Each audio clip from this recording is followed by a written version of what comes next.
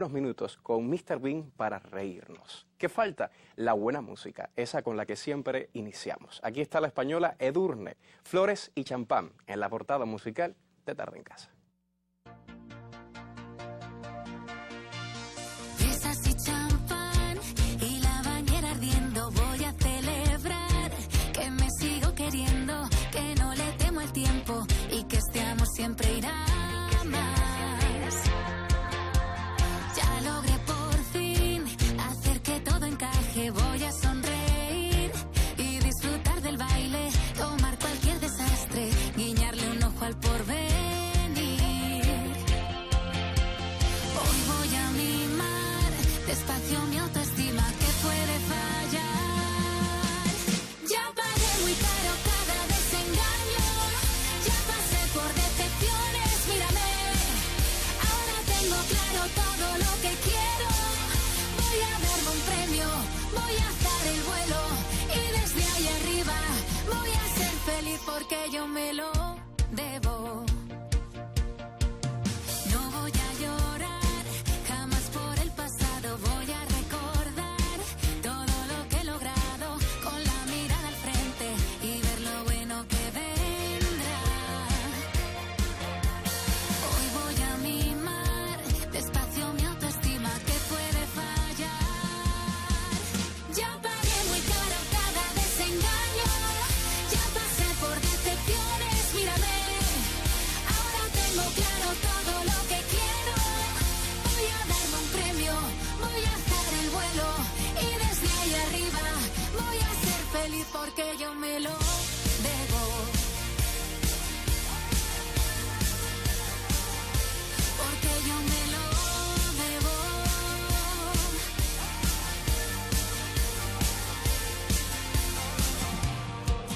El camino que he dejado atrás, cada golpe que logré esquivar, me enseñaron a ser fuerte y hoy les doy las gracias porque sé que aunque entonces no lo supe ver, me han llevado a ser quien quiero ser.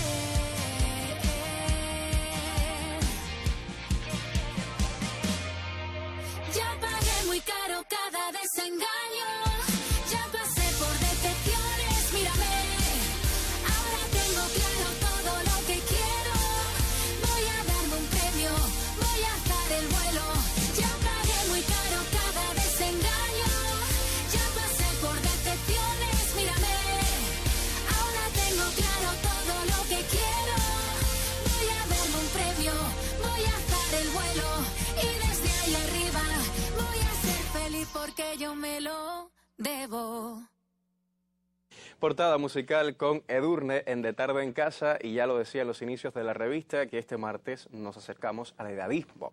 Ese término que no todos conocemos, por eso justamente hemos querido compartirlo con el público televidente. Y para ello converso ya con el licenciado Andy Luis Marrero Vega. Bienvenido una vez más por la invitación. a la revista. Es un rostro muy familiar para los televidentes porque siempre que hablamos de un término así interesante, buscamos, por supuesto, el conocimiento de usted. Profesor de la Facultad de Psicología de la Universidad de La Habana. Sé que este es un tema que has estado estudiando muchísimo y quién sabe si próximamente sea un trabajo de tesis para una maestría o un doctorado, Andy. ¿Pudiera ser? Esperemos que vaya por esa línea, es la intención.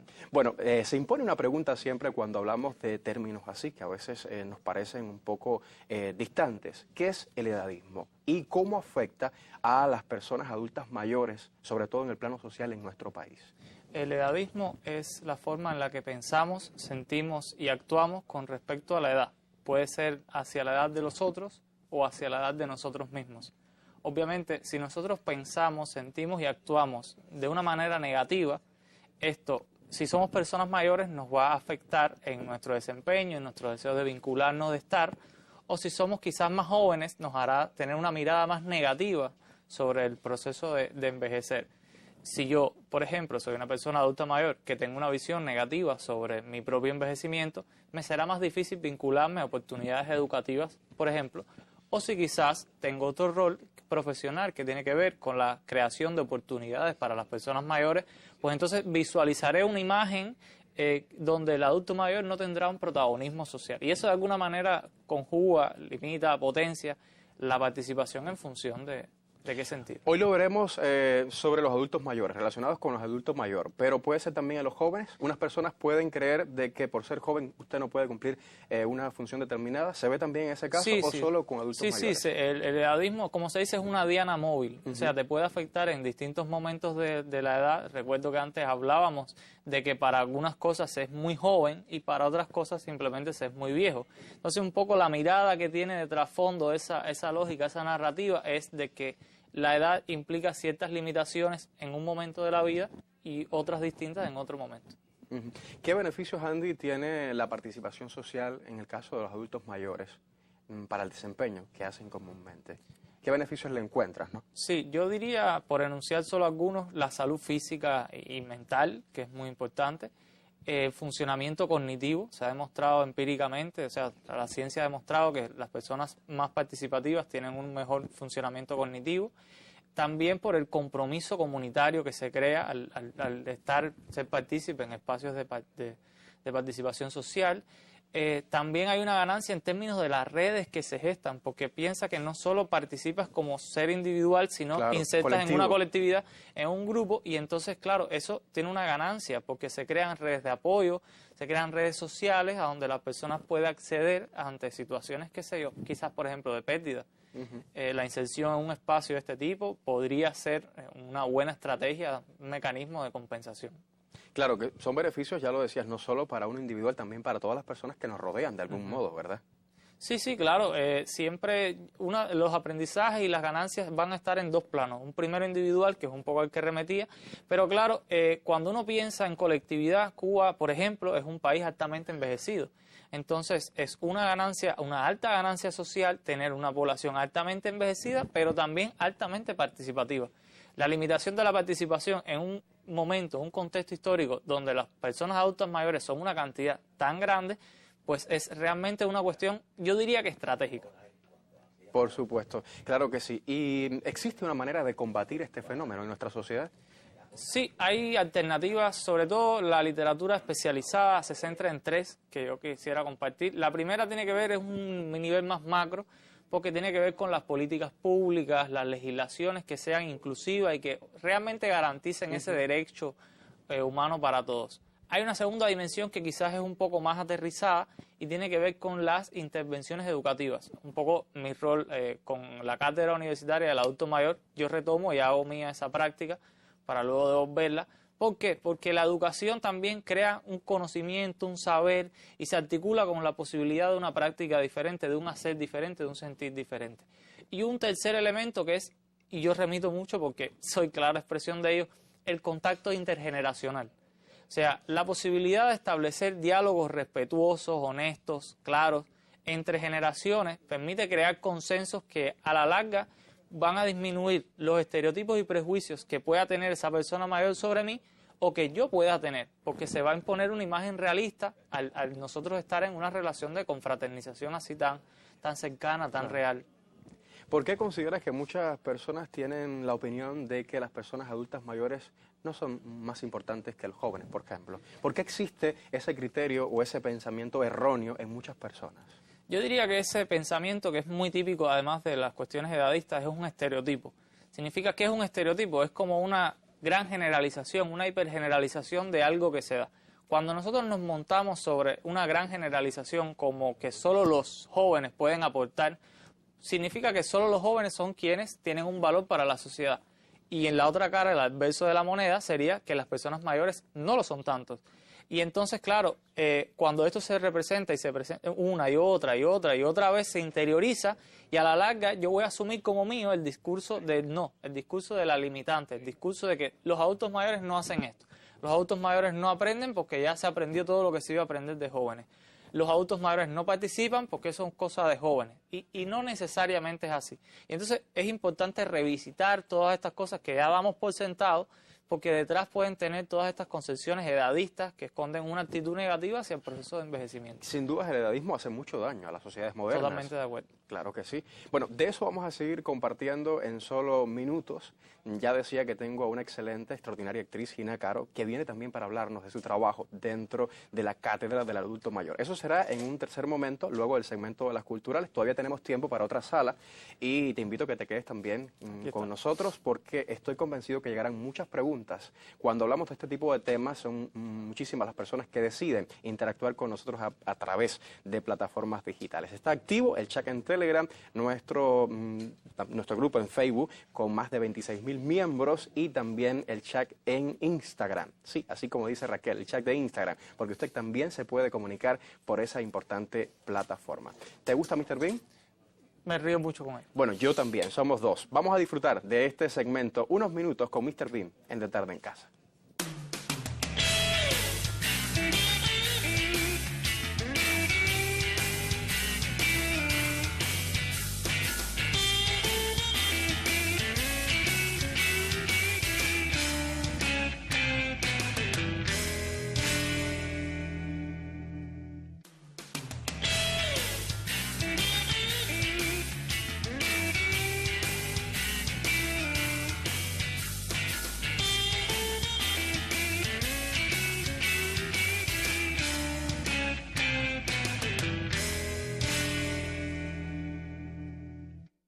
Era nuestro segmento Unos Minutos con Mr. Bean. Claro, algo que agradece el público televidente, así lo hace saber siempre a través de plataformas digitales. Retomamos el tema central de este martes de psicología, el edadismo. Para ello converso con Andy Luis Marrero Vega, un joven profesor de la Facultad de Psicología de la Universidad de La Habana. Hablábamos sobre ese criterio erróneo que existe en relación con las personas mayores adultas, que las catalogan de que todas son iguales, ¿no?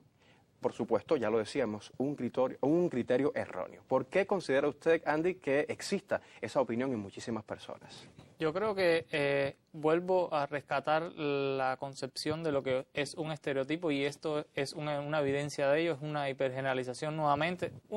También tiene que ver con cómo funciona el cerebro y la economía cognitiva, y que a veces es más cómodo pensar de una manera, quizás en modo automático. Y eso también, claro, pues tiene unas consecuencias, sobre todo para un proceso tan sensible como este. Pero en este caso particular, un poco como que viene a no legitimar la diversidad que se configura en las trayectorias de vida de las personas adultas mayores. Porque al final estamos pensando en historias, en personas que fueron jóvenes, que fueron adolescentes, que luego fueron adultos medios, etcétera, y que arriban a una edad con toda una historia de vida personal que marca su singularidad y que hay que legitimar claramente en el abordaje que uno vaya a hacer desde la arista educativa, desde la cuestión psicológica, desde la manera que fuera a ser, pero siempre respetando esa historia que la persona trae, porque no es como un grupo, una gran amalgama de personas que al entrar a los 65 años pues tienen todas las mismas características psicológicas, sociales, etcétera, sino que existen divisiones muy claras y heterogeneidades muy claras a lo interno de este grupo etario. Como psicólogo y con tu experiencia, ¿cómo sugieres que debemos ver a las personas adultas mayores? Yo siempre abogo por una imagen, sobre todo realista, o sea, ajustada a las capacidades que se preservan, a las posibilidades para hacer. Si tuviera que decantar, quizás más sobre lo positivo, porque los prejuicios y los estereotipos son muy fuertes, y entonces quizás pasarnos un poco, como se dice, de positivo, pero siempre respetando la particularidad, la singularidad del caso, y siempre evitando, por ejemplo, estas cuestiones tan claras que son muy manidas, por ejemplo, las generalizaciones como el término abuelos, porque no todas las personas mayores son necesariamente abuelos, porque entre otras cosas no es una decisión propia, depende de otras personas, o que todas las personas mayores son dependientes. Es cierto, hay personas adultas mayores abuelos, hay personas adultos mayores dependientes. Hay jóvenes dependientes también. Exactamente. Claro. ¿Todo significa esto que todos los adultos mayores lo son? No necesariamente. Entonces siempre respetar y ser un poco cuidadoso para desde el discurso no reproducir esa hipergeneralización. Desde los medios, como por ejemplo la radio y la televisión, nosotros acá en la revista de Tarde en Casa, ¿qué crees que se puede hacer para combatir, por supuesto, este fenómeno del edadismo? Yo creo que se impone la necesidad de una nueva cultura gerontológica. Entre otras cosas, yo soy acérrimo enemigo de frases, te lo decía antes, no vayas a decir abuelito porque te regaño, jocosamente, porque es una expresión muy usada en los medios de comunicación. Ya vimos que abuelito remite en primer lugar a abuelo, abuela, que no es una decisión personal porque no todas las personas mayores son abuelas, y el uso de la infantilización en el lenguaje, el término de los diminutivos, tampoco es muy saludable porque priva a la persona de su condición de derecho. Estamos hablando de una persona en pleno uso de sus capacidades en muchos de los casos. Y entonces, claro, es muy importante porque los medios son constructores de subjetividades individuales y colectivas. Entonces, si uno no es lo suficientemente responsable como para darse cuenta del impacto que tienen las otras personas y en cómo esas personas se perciben a sí mismas y perciben a los demás, pues puede estar siendo presa de estos discursos edadistas que un poco son peyorativos y denigran a la persona mayor y que de trasfondo, no siempre consciente, van a tener una actitud negativa hacia el envejecimiento como proceso y la vejez como etapa particular. ¿El término correcto sería adultos mayores? Persona mayor, adulto mayor. Nosotros Nunca en la cátedra decimos viejo, pero no todo el mundo se siente cómodo con ese término por la carga negativa que tiene. Pero bueno, forma parte del proceso de construcción en devenir una nueva persona adulta mayor con una nueva cultura gerontológica. Vivimos en un mundo súper tecnológico donde a veces lidiar con las nuevas tecnologías cuesta un poco de trabajo, no solamente a los adultos mayores, también a nosotros los jóvenes. ¿Cómo ayudar a estas personas a ser parte, ¿no?, de este mundo, ya decía, bastante avanzado en materia tecnológica? Yo creo que es muy importante para que no se den espacios al margen de la sociedad en red o de la sociedad del conocimiento y no queden personas por fuera. Es importante acompañar, asistir desde el diálogo intergeneracional respetuoso. Para mí, yo tengo una premisa clara como educador y es que uno no puede saber si no ha sido previamente educado. Educado para. Entonces, creo que la educación es el camino para suplir esa brecha que se crea un poco y que los puede mantener a las personas adultas mayores distantes. No obstante, hay muchas personas adultas mayores que son muy duchos, se queda un poco más rezagado y entonces acompañarlo, pero acompañarlo claramente no desde el paternalismo y el asistencialismo al que a veces estamos habituados, sino desde el respeto, desde el aprendizaje, desde la posibilidad de un saber otro, de un saber diferente. Importante eso último que acabas de mencionar. Esta pregunta no está en el guión, pero quiero hacértela. ¿Por qué siendo tan joven te decides a estudiar, a trabajar un tema como el edadismo?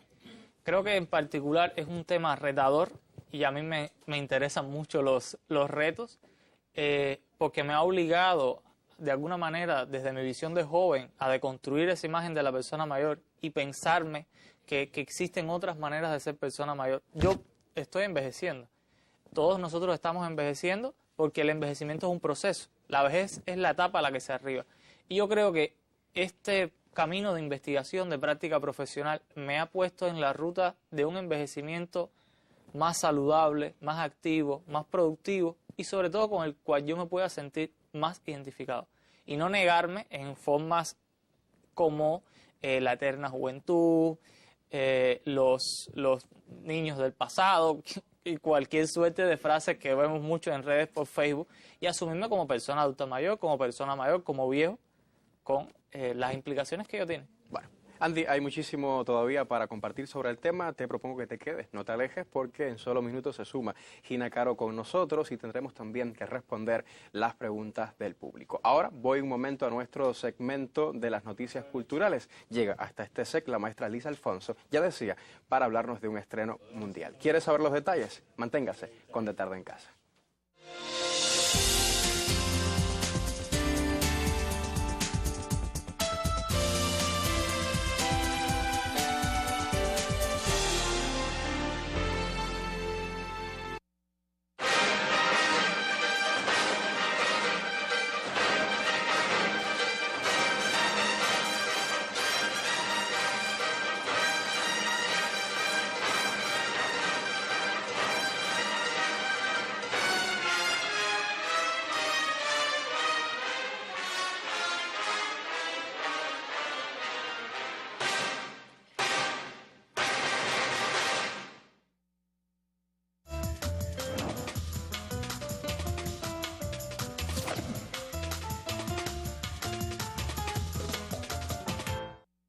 Sí, regresamos al set principal para nuestro segmento de las noticias culturales. Ya decía que estoy sumamente feliz de recibir a la maestra Liz Alfonso. Bienvenida. La maestra Liz Alfonso, que salió corriendo. Quería agradecerte por eso. Sé que ha salido corriendo prácticamente de los ensayos de Habana Fénix para poder estar hoy con nosotros y darnos la exclusiva a De Tarde en Casa y también al público televidente que ahora mismo ve la revista. Gracias, maestra, por eso. No, gracias a ustedes por la oportunidad que siempre nos dan. Esta es nuestra casa. Siempre hemos venido aquí a hablar de todos los estrenos, de todas las reposiciones, y esta no podía ser una excepción porque además es Habana Fénix. No sé si ha notado que he dicho muchas veces estreno mundial, y lo he dicho con muchísimo orgullo, porque no siempre podemos asistir a un estreno mundial. No solo dije Alfonso, de cualquier compañía, es un prestigio, es un placer para el público cubano. Y qué bueno que el próximo viernes 5 suceda.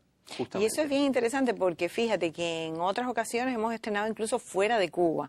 Amigas, Vidas, se estrenaron fuera de Cuba, uno en Canadá y el otro en Alemania. Y después se trajeron y se presentaron ante el público cubano, porque soy muy estricta con eso. Yo digo que podemos viajar el mundo entero, pero siempre tenemos que tener un tiempo muy especial para nuestro público en nuestro país. Bueno, la primicia esta vez sí la tiene el público cubano. Sí, y nada más y nada menos que en ese Teatro Martí, que es un teatro tan lindo que pertenece a la oficina del historiador de la ciudad. Y este Habana Fénix está precisamente inspirado en una frase que dijo Eusebio Leal, que es: yo la he visto salir de las cenizas y levantarse como el ave fénix. Se estaba refiriendo a mí, pero yo apliqué esa frase a nuestra Habana, a nuestra Cuba, y a nuestra Cuba en el medio del universo en el cual está. Qué lindo, ¿verdad? Sí, es un proyecto muy ambicioso que ya tiene su resultado. Ahí lo vamos a ver a partir de este fin de semana en el Teatro Martí. Y los constructores son los que llevan, los bailarines convertidos en constructores, inspirados en los propios constructores de la oficina del historiador de la ciudad, en los constructores de sueños, en los hacedores de sueños. Son los protagonistas del espectáculo, y a partir de ahí se van moviendo todas las escenas que cuentan la historia de cómo La Habana renace de las cenizas como el ave fénix, porque aunque estemos viviendo momentos difíciles, de hecho los hemos vivido constantemente, no nos podemos dar por vencidos. Tenemos que perseverar en nuestro intento ese de renacer todos los días como el ave fénix desde el fondo de nuestra alma. Es algo que va muy dentro de todos los cubanos, ¿verdad? Exactamente. Maestra, ¿habrá música en vivo en esta ocasión? Sí, la música de todo el espectáculo es muy linda. Es una música de compositores cubanos de diferentes épocas que van desde Leo Brauer o Sindo Garay hasta Gerardo Alfonso, Elba María Evia. Y hay una parte que está grabada, pero hay una gran parte que se ejecuta en vivo por el grupo musical de Liz Alfonso en Cuba y con la cantante invitada, que ya prácticamente se ha vuelto cantante de la casa, que es Heidi Chapman, y su voz esa maravillosa que transmite, asimismo que transmite tanto a cada uno de los espectadores que la disfrutan, que disfrutan de sus actuaciones, en este caso dentro de Habana Fénix. Te podría contar muchas cosas, los diseños de vestuario, la escenografía, las luces, pero mejor invitarlos a todos para que estén allí a partir del día 5, es decir, de este viernes a las 7 de la noche, de jueves a sábado a las 7 de la noche y los domingos a las 5 de la tarde. Esta semana empezamos el viernes 5, pero a partir de ahí ya van a estar a la venta las entradas en el Teatro Martí, en el propio Teatro Martí, en la taquilla. Y bueno, invitarlos a todos a que estén con nosotros. Hasta el próximo 21, ¿verdad? Hasta el día 21, hasta el domingo 21. Hay oportunidad que entonces para disfrutar de Habana Fénix. Un tema que me gustaría compartir con usted es los talleres de la compañía, que son siempre tan esperados, tan reclamados por el público. ¿Hay oportunidad en esta ocasión? Sí, bueno, los talleres vocacionales funcionan durante todo el año. Es la escuela que tiene la compañía, que son niños que empiezan desde los 6 años de edad hasta los 16. Los que no se convierten en profesionales se quedan ahí. Es la cantera. Es la cantera directa de la compañía. Tenemos una carrera profesional adscrita a la Escuela Nacional de Danza, a la Escuela Nacional de Arte, pero ahora en el verano hacemos los cursos de verano. Todos los años hacemos los cursos de verano, 3 etapas del curso de verano. La primera y la segunda quincena de julio y la primera quincena de agosto. En este caso Siempre hemos tenido mucha dificultad porque no podemos asimilar a todos los niños y jóvenes que quieren ir. Son muchos. Pero en este caso, afortunadamente, al tener el proyecto de desarrollo local en Malecón Art 255, pues nos hemos podido multiplicar en cuanto al espacio para poder asimilar a más de estos niños y jóvenes. Y paralelamente vamos a estar desarrollando también en Barcelona, uno en Barcelona, en la ciudad de Barcelona, con el Barcelona Dance Center, así que van a tener varias oportunidades de estar cerca de nosotros, no solamente en Cuba, sino también en este caso en Barcelona, en España. Invitarlos a todos a que estén, a que participen. Es un curso hecho para estudiantes de danza, es decir, no es para el que está empezando de cero. El que está empezando de cero, claro. Si el que está empezando de cero tiene que ir a la escuela primero. Este es para los que ya tienen conocimiento de cualquiera de las danzas que impartimos, porque hay danza española, es decir, flamenco, claro, folclórica, de distintos estilos. Está el ballet, está la danza moderna, están las clases de coreografía, que son muy importantes, y al final siempre cerramos con unas galas que van a ser en este caso en el anfiteatro del Centro Histórico, que también es un lugar que se está volviendo súper popular por el lugar donde está enclavado y por las facilidades que nos ofrece a los artistas para poder presentar nuestros Y la espectáculos. magia que tiene ese lugar. sin Sí, dudas. qué lindo lugar, Sí, ¿verdad? A la sí. entrada de la bahía. Tiene magia Qué y lindo creo que eso lo lugar. hace aún más especial. Y un equipo muy bueno trabajando allí también, trabajando para la gente. Y eso se agradece. Para mayor información pueden dirigirse a la web, Liz. Sí, para los cursos de verano pueden Sí. entrar en la web lisalfonso.com y ahí está toda la información de los cursos de verano y también de los talleres vocacionales. Bueno, ya usted lo sabe a través de la revista de Tarde en Casa. Rapidito, volvemos a hacer la invitación desde el viernes 5, 7 de la tarde en el Teatro Martí, de jueves a sábado, 7 de la noche, de la Exacto. tarde, y 5 los domingos. ¿Es así, verdad? Exactamente, así es. Hasta el 21 de mayo, oportunidad para disfrutar de Habana Fénix, el más reciente estreno mundial de Liz Alfonso. Gracias, maestra. Gracias Éxitos. a ustedes. Gracias nuevamente por llegar así, rapidito, Gracias a pero ustedes. por compartir con nosotros No, muchas siempre. gracias a ustedes. Usted no se vaya, siga con nosotros en vivo. En solo segundos regreso al set principal y seguimos hablando del edadismo, aquí en la revista de Tarde en Casa.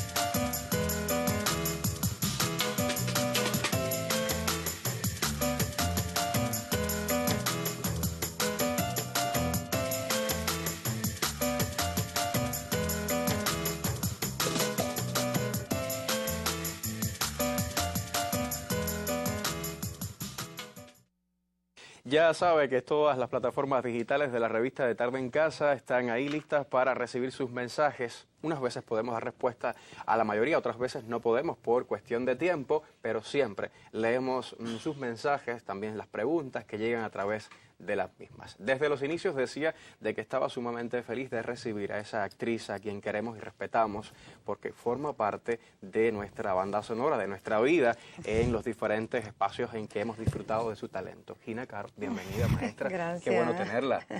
Encantada, muchas gracias a Bueno, ti. ahora mismo la estamos disfrutando muchísimo en la telenovela cubana que transmite Cubavisión por estos días y tal vez cuando la vemos en un espacio como de Tarde en Casa pensamos justamente en su trabajo, ya decía, como actriz. Pero usted también realiza una labor muy linda, muy necesaria, muy importante con la cátedra del adulto mayor. Y de eso justamente quería hablar porque hoy nos estamos acercando al edadismo. Ya usted que ha escuchado a nuestro amigo Andy Luis acercarnos al tema, pero desde su experiencia, el trabajo que desarrolla en este sitio, ¿qué puede contarnos? Bueno, yo en primer lugar, muy buenas tardes a ti, buenas tardes oficialmente al equipo y agradecer en todos los sentidos a esta convocatoria aquí.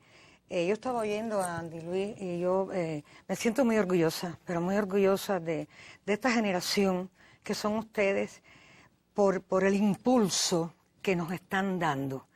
Y entonces, en efecto, el aula del adulto mayor tiene ya 20 años, la cátedra tiene ya 20 años porque está dirigido por la Escuela de Psicología de la Universidad de La Habana con la doctora Teresa Orosa al frente. Y entonces, en este caso, a mí me ha tocado, bueno, pues mi aula, que es el aula Rafaela Chacón Nardi, de aquí de la Fragua Martiana, dar clases ahí. También estoy muy feliz con eso, porque he tenido la suerte de tener mi aula llena. Nosotros Es una bendición. Una bendición de verdad, porque además no se trata de personas que no están preparadas, todo lo contrario. O sea, se trata de personas que ya han cursado la vida y son universitarios generalmente, y también vienen a un poco a darle al cerebro todo el proceso cognitivo, vienen a darle al cerebro todo el conocimiento. Yo aprendo dando una clase, porque no me las sé todas.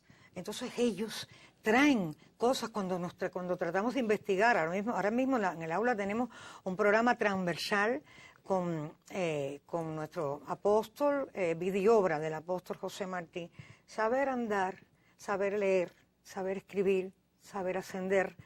Y entonces en este caso hemos encontrado en esas investigaciones que ellos han hecho a nivel democrático, cada quien escoge su visión de Martí, claro. Y entonces eso se hace transversal en todo el proceso de estudio del año, claro. Del año universitario, porque es el año universitario. Y es impresionante cómo quien acude al aula del adulto mayor va cambiando en la medida en que va pasando el curso. Creo que es el mejor regalo que usted pueda recibir. Bueno, ¿verdad? Pero es el que yo recibo ese regalo y yo creo que a ver, ¿cómo explicarte? Cuando uno va entregando, sí es cierto, se va recibiendo ese calor, ese entendimiento humano. Ese venir a vestirse, arreglarse, maquillarse. Insisto mucho en eso cuando van al aula. No, hay que venir por la mañana temprano a vivir algo nuevo y vienen a vivir algo nuevo. Vivir es la mejor palabra que puede usar para referirse. Vienen a vivir algo nuevo y entonces cuando va cursando todo el proceso, vas viendo cómo estas personas descubren que sí, que pueden hacer todo lo que han aprendido en la vida, que está ahí, está en su cerebro, está digamos, en el disco duro de ellos, y empiezan a investigar, y es grandioso lo que sucede, grandioso. Maravilloso, sin duda. No. Andy, tú eres cercano al trabajo de Gina, ¿verdad? Lo mencionabas de alguna manera en los inicios de la revista cuando compartíamos sobre la importancia, ¿no?, de que las personas adultas mayores se involucren también en estos proyectos. Sí, yo conocí esta faceta de Gina educadora, que realmente fue muy bonito, y además siento mucha gratitud en las palabras de Gina y mucho respeto también en su labor como pedagoga. Realmente una muy buena alegría. Sin duda, no solo como actriz también, ¿no?, con este papel que desempeña tan importante para todos. Gina, yo sé que usted trae una información también que quería compartir con nosotros. Pues, me alegro mucho. Y que no se puede obviar para nada, porque ¿qué va a pasar? Que el curso en este año va a estar copado generalmente por grandes conferencias de grandes personalidades de la cultura, de la política. En la Fragua Martiana específicamente, de alguna manera, estoy convocando todos los martes a las 10 de la mañana para recibir de grandes personalidades, de grandes hombres y mujeres de este país que son maravillosos, intelectuales. El año pasado estuvimos a Miguel Barné al final de curso, recuerda, y fue una conferencia extraordinaria. Y entonces estoy convocando de alguna manera a que acudan los martes. Martes 10 de la mañana. 10 de la mañana, todos los martes 10 de la mañana. Estoy convocando a eso. Hay conferencias que ya, de hecho, con tu permiso y con el permiso del equipo. Por ejemplo, en la primera conferencia que tenemos, el Museo Fragua Martiana, en el centro de la batalla cultural. Conferencias sobre Varela, conferencias sobre Luz y Caballero. El miércoles 17 y 18 hay un noveno coloquio martiano que se llama Cuanto hice hasta hoy haré es para eso. El 19 de mayo está el acto sobre la muerte de José Martí en el 128 aniversario de su caída en combate. Esto para nosotros... Son algunas de las actividades, ¿verdad? Claro. Son actividades que van a ir insertándose en todo el proceso de educación del aula. Para mí es extraordinario estar en la Fragua Martiana todos los martes haciendo esto. Qué bueno que sea de esa manera. Ya decía que le agradecemos, ¿no?, por esa labor tan hermosa que realiza. Quise presentarla como, por supuesto, la gran actriz que es, pero quería dedicarle un tiempo más a esta labor, que muchas veces no sabemos, cuando la vemos en pantalla no sabemos qué hay detrás. Pero no quiero obviar tampoco su trabajo en la televisión y agradecerle por ese papel en la telenovela. Cuénteme un poquito sobre eso, cómo ha sido la experiencia después de tantos personajes. Mira, es increíble lo que sucede porque la dramaturgia es hoy, aquí y ahora. O sea, lo que está pasando en la sociedad en estos momentos sucede en la novela. Yo creo que eso ha sido uno de los ganchos tan grandes que ha tenido la novela. Yo soy de las actrices que cuando hago un trabajo contemporáneo voy a buscar a la calle porque ahí es donde está la dramaturgia, en la vida. En el día a día. En la vida diaria, ahí está la dramaturgia. Y entonces una Zeneida te la encuentras en cualquier lugar. De hecho, voy por la calle, yo soy ciudadana que anda como cualquiera, a pie, buscando mi vida, buscando mis mandados, etcétera, etcétera. Y lo que yo recibo en la calle es así impresionante en cuanto a que cómo la gente se identifica con esta abuela que trata por todos los medios de mantener la familia, que cuida a sus nietos, que discute, que comparte, que está de acuerdo o no con la actitud machista de su hijo. Me he encontrado con muchas cosas que no las voy a repetir porque el lenguaje... Sí, el cubano no, es muy el lenguaje de la calle no se presta, A ¿no? veces demasiado, ¿verdad? A veces muy fuerte, a veces Así demasiado es. fuerte. Gina, ¿nuevos proyectos? Bueno, estoy haciendo un trabajo que se llama Gertrude en el teatro, en el Bertolt Brecht. ¿Está en cartelera ahora? Ahora mismo no, va a Cárdenas, va a Cárdenas, estuvo en cartelera en estos meses pasados. Es de una mexicana, Marisa González, que la dirige Jorge Mederos Reyes, quien también trabaja. Mira, hablo sobre el empoderamiento de la mujer. Un tema también muy candente, necesario, ¿no? También, y necesario, Así totalmente necesario. Cómo ha sido tratada la mujer desde el patriarcado, desde las cuevas del Escao hasta acá.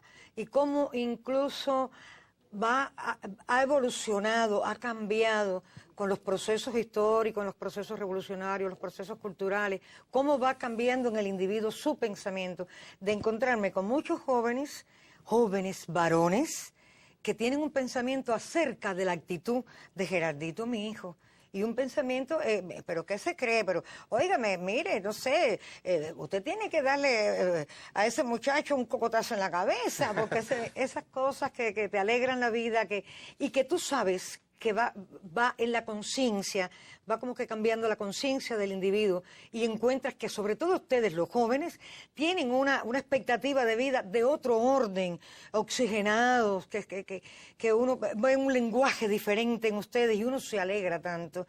Para mí, yo digo, qué bueno que he trabajado mi vida para estos jóvenes. Qué bueno que he trabajado para todos ustedes también, estos jóvenes que nos están acompañando en el estudio hoy. Nosotros también te agradecemos por tanto talento, por tantos momentos inolvidables en la televisión, en el teatro, en la escena. Gracias, Gina, por llegar, gracias por compartir con nosotros. Quédate hasta el final porque estoy seguro que muchos televidentes también van a hacer algunas preguntas sobre justamente esa labor que realiza y también su trabajo en la televisión y en los medios. Ahora les propongo disfrutar de un segmento que estrenamos hace poco, donde nos vamos hasta el Salón Donde Dorian. Esta vez Dorian nos va a contar sobre uno de los estilos de cabello más llevados por estos días en La Habana. ¿Cuál será? Vamos a ver.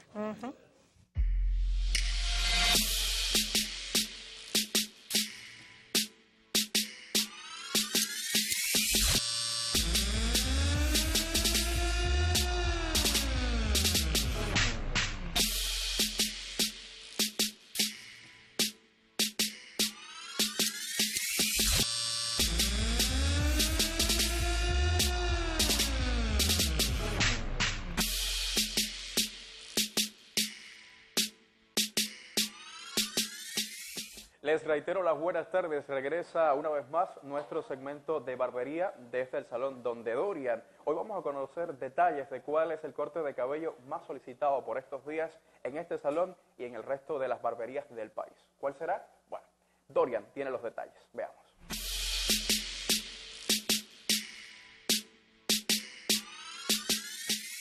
Pues sí, Leibe, como bien dijiste, hoy les traigo uno de los cortes más pedidos en nuestros salones de belleza y en nuestras barberías. Así comenzamos.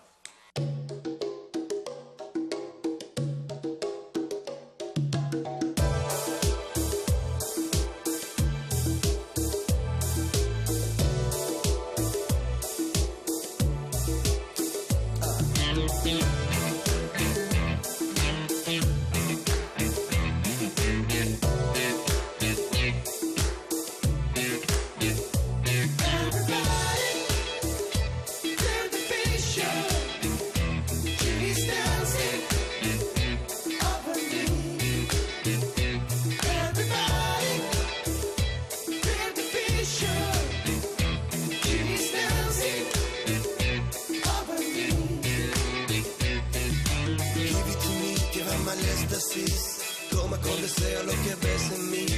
Hazme prisionero de tu parecer. ¿Qué tal la fiesta de la desnudez? Don't you stop me, come on. You will be my girl tonight. Tonight. Esperándote.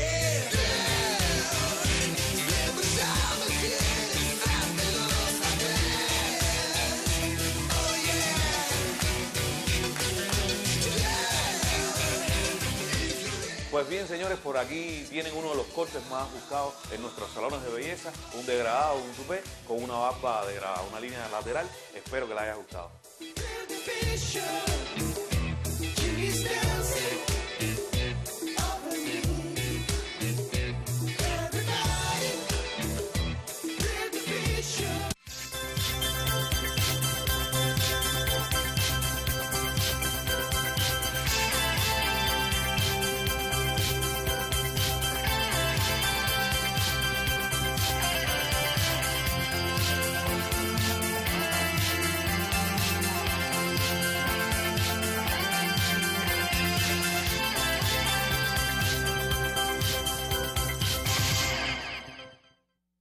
Y sí, regresamos ya para nuestro momento de compartir saludos, felicitaciones, preguntas y reportes de sintonía. Quiero agradecer a varias personas que se han estado comunicando a través de nuestro grupo en Facebook de Tarde en Casa TV, como Gladys Mesa, Lázaro Pedro, Marixa Valdivia, Irene Cruz, Javier Suárez, ese excelente amigo de la revista, Mirta Jerez Pérez, Ofelia Rodríguez, Marta Gutiérrez, Carmen Romero y Mirelda Márquez, por solo mencionar algunos nombres. Se comunicaba además Yamilek Vega, envía saludos para todo el equipo, gracias por esos mensajes tan bonitos. Y han llegado muchísimas preguntas. Olga Núñez, desde Plaza, se comunicaba para preguntarnos, dice, ¿a dónde puedo dirigirme para matricular alguna o alguno de los proyectos de Gina? Bueno, nosotros tenemos 5 proyectos aquí en Centro Habana. Uno está en Humboldt 7, el otro está, hay dos cursos, un curso básico y un curso de continuidad. Y entonces, como tenemos 5 aulas, tenemos 2 modalidades, ya te digo, del curso básico y el de continuidad. Entonces, tenemos uno en Carlos III y Marqués González, tenemos uno en Humboldt 7, Marina y Hospital, y tenemos el de la Fragua Martiana. Preguntaban que si en La Habana Vieja había algún... Sí, en La Habana Vieja también hay. Lo que no tengo ahora específicamente la dirección de La Habana Vieja, pero si llegamos a la Escuela de Psicología de la Universidad de La Habana, sí claro, sabemos dónde está, si nos podemos... ¿cómo se llama? Orientarnos sobre esto, claro. Ajá. Odalis Pérez desde el Cerro se comunicaba para preguntarnos si el edadismo es una enfermedad o un trastorno. Yo no diría exactamente, creo que es la resultante de una serie de influencias sociales. Básicamente lo que quiero decir es que no se nace siendo edadista, sino uno es resultado de un sistema de educación o un sistema de estímulos al que se presenta una y otra vez, y un poco eso como que se va interiorizando, eso que está puesto fuera, ese discurso, esa palabra, ese chiste, ese gesto, se va poniendo dentro y se va asumiendo luego como propio. Y uno luego deviene en edadista al estar inserto en un sistema de relaciones sociales que lo son a su vez. Tal vez a veces sin darse cuenta, tal vez. Totalmente, puede ser consciente o inconsciente. No es que todas las personas expresamente desechen la idea de que el envejecimiento pueda ser algo positivo, sino que precisamente en su educación muchas veces ha estado implícito el hecho de que envejecer es un proceso negativo. Y entonces lo que las personas hacen eco y hacen una reproducción acrítica de ese tipo de... Pero no es un trastorno. Muy bien. Felicitar entonces en Arroyo Naranjo a Vivian Rubio de parte de su hermana, de sus hermanas, de su esposo y demás familiares. Esta es una excelente amiga que siempre disfruta de la revista. Reitero, hoy está de cumpleaños Vivian Rubio en Arroyo Naranjo. Por aquí Emilio Dosayas, desde Matanzas, se comunicaba a través de nuestro canal telefónico para preguntarnos si el edadismo puede provocar algún tipo de estrés. Sí, yo creo que es complicado porque cuando uno interioriza, y era un poco lo que hablábamos en su momento, cuando uno interioriza todos estos prejuicios y todos estos estereotipos y los hace propios, uno, por ejemplo, cuando asume la imagen de que en la adultez mayor no existe sexualidad y uno tiene una sexualidad activa como persona mayor, eso genera un estrés porque es una preocupación, porque pareciera que estoy haciendo algo que no debo. O quizás si hay alguien que tiene pleno uso de sus capacidades funcionales y está funcionando desde el estereotipo de la persona adulta mayor dependiente, dirá, algo en mí no está bien, porque no se está visibilizando esa otra alternativa con igual fuerza de que es posible tener un envejecimiento activo, saludable, productivo. Entonces, claro, cuando uno lo asume y lo hace propio desde su discurso como persona mayor, me angustia, me estresa, pero no solo a la persona mayor, sino a mí en mi proceso de envejecimiento. Y entonces verás a muchas personas que después de una edad no cumplen años, pero no avanzan cronológicamente.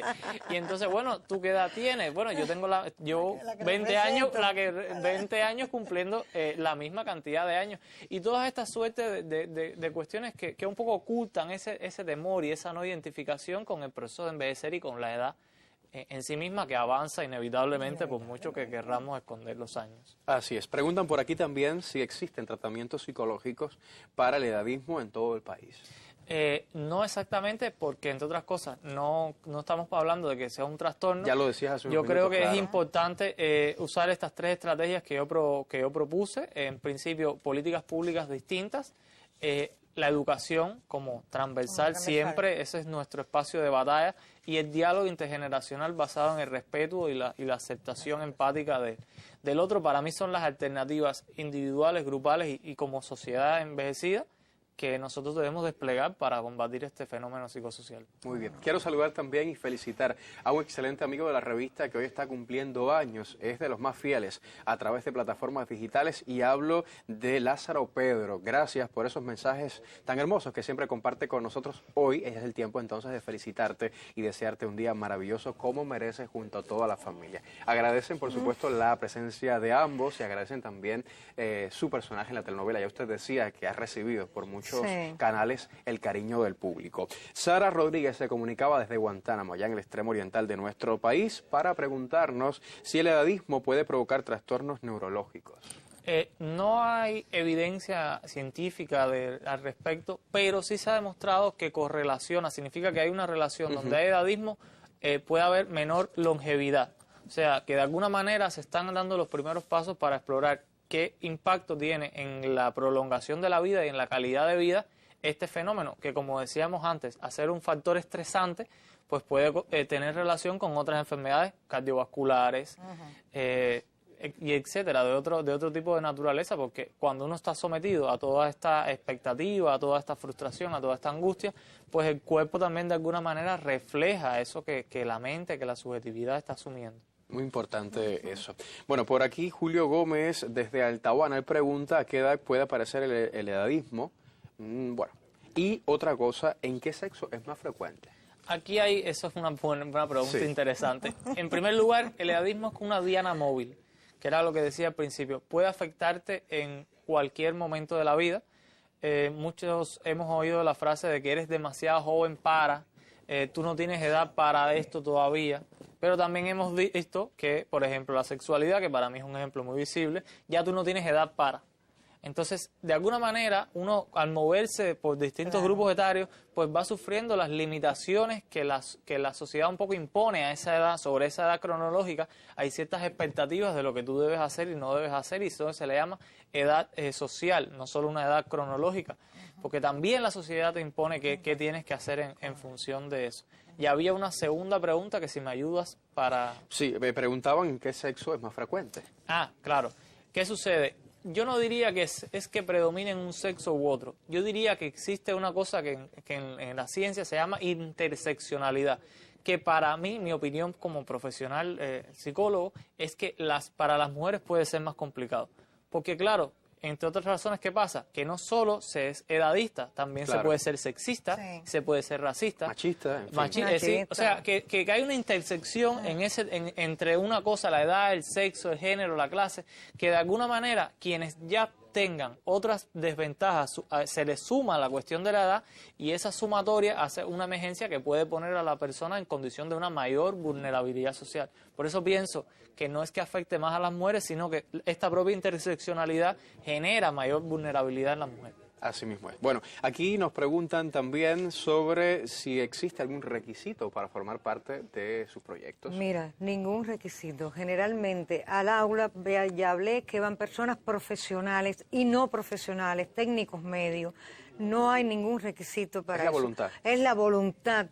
Es la voluntad. Es luchar con el edadismo. Vivir. Es luchar con eso, es luchar ante la vida, es tener una actitud ante la vida. Es el aula del adulto mayor. Nosotros trabajamos estos temas justamente por eso, por esa necesidad que tenemos de que la gente entienda que no hay problema con que tengas 100 años, no importa si lo tienes, si tu acto cognitivo está claro, está decidido para actuar en la vida, mira, adelante a las aulas del adulto mayor, ¿cómo no? Bueno, ya sabe que no hay requisitos, solo es el deseo, la voluntad de llegarse allí, de formar parte de uno de estos cursos, de talleres hermosos que Gina mencionaba hace unos minutos.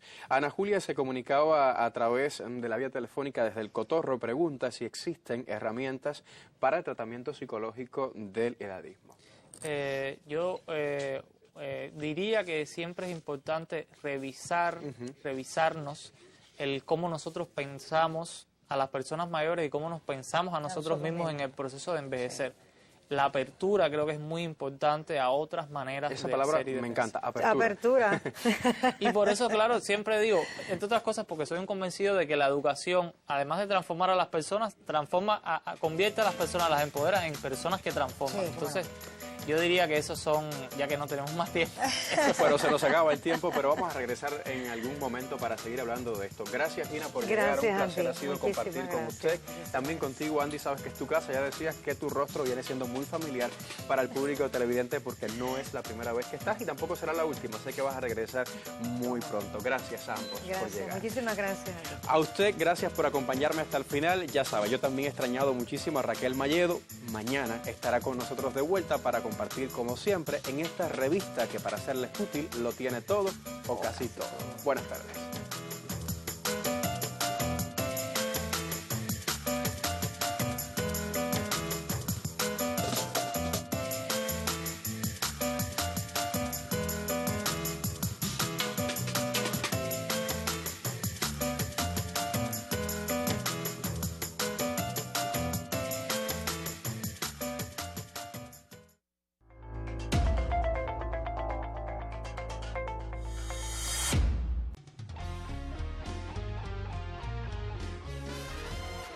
¿Qué de malo tiene la contraseña? Mira, para empezar, 1, 2 y 3 no es una contraseña segura. Tienes que tener alguna mayúscula, algún número y mínimo 6 caracteres. El asterisco es un carácter. Carácter. Carácter. Carácter. Carácter. Bueno, para mi entender, pienso que sea carácter. Casi todas las palabras mantienen el acento en la misma sílaba en singular y en plural.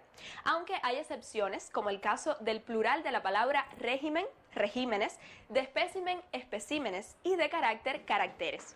En el caso de la palabra carácter, siempre se acentúa en la penúltima sílaba, ya sea en su significado de rasgo, condición, característica o cualidades, o cuando nos referimos a la forma o estilo de los signos de la escritura. En este caso, ella debió decir: el asterisco es un carácter.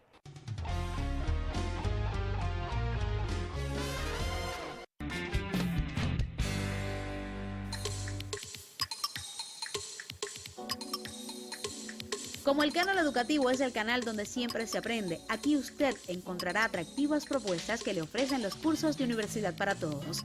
Entre ellas, ¿qué pasó en el Medio Oriente?, que le adentra en uno de los conflictos más trascendentales que ha existido. El miércoles a las 8 de la mañana, Universidad para Todos.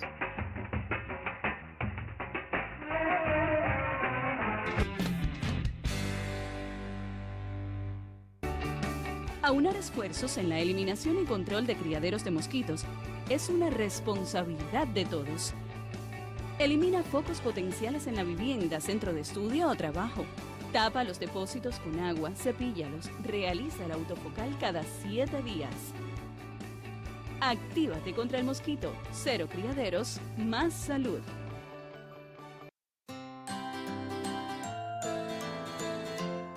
Esta es una de las razones por la que no se deben cortar los árboles.